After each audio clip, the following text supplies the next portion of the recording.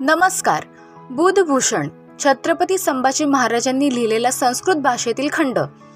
बुधभूषण हा छत्रपती संभाजी महाराजांनी लिहिलेला संस्कृत भाषेत 2 खंडामध्ये लिहिलेला ग्रंथ आहे. या ग्रंथात महाराजांनी प्रशासन कसे चालवावे, काय नियम असावेत याचे विवेचन केले आहे. या ग्रंथाचे मराठीत अनेक अनुवाद झाले आहेत. ग्रंथाचा अभ्यास करून काही जणांनी PhD मिळवली आहे. या ग्रंथाची मूळ हस्तलिखित प्रत मुंबईच्या शासकीय ग्रंथालयात आहे. बुधभूषण हा स्वतंत्र ग्रंथ नाही. यातले अनेक श्लोक संग्रहित आहेत.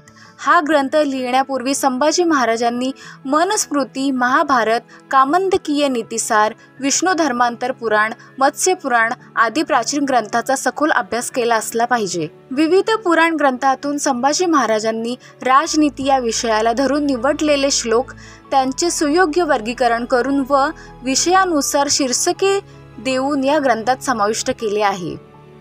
बुधभूषण मध्ये शेषनाग, गरुड, जीभ, भ्रमर, कुंभ, मीन म्हणजेच मासा, उंट, दुंदुभी, निंबवृक्ष, सोने इत्यादी विषयावर एक तर सूर्यासंबंधीचे 7, चंद्रासंबंधीचे 7, वायू संबंधीचे 3, मधुकर म्हणजेच भ्रमर संबंधीचे 7, हंसाविषयीचे 5, हत्ती संबंधीचे 5, विविध वृक्षासंबंधीचे 19 असे श्लोक आहेत. सुमारे 89 विषयांवर निरनिराळ्या पक्ष्यांची, वृक्षांची उदाहरणे देऊन अन्योती रूपाने व्यंगाचा मोठा खुबीदार वापर या ग्रंथातल्या श्लोकात झाला आहे.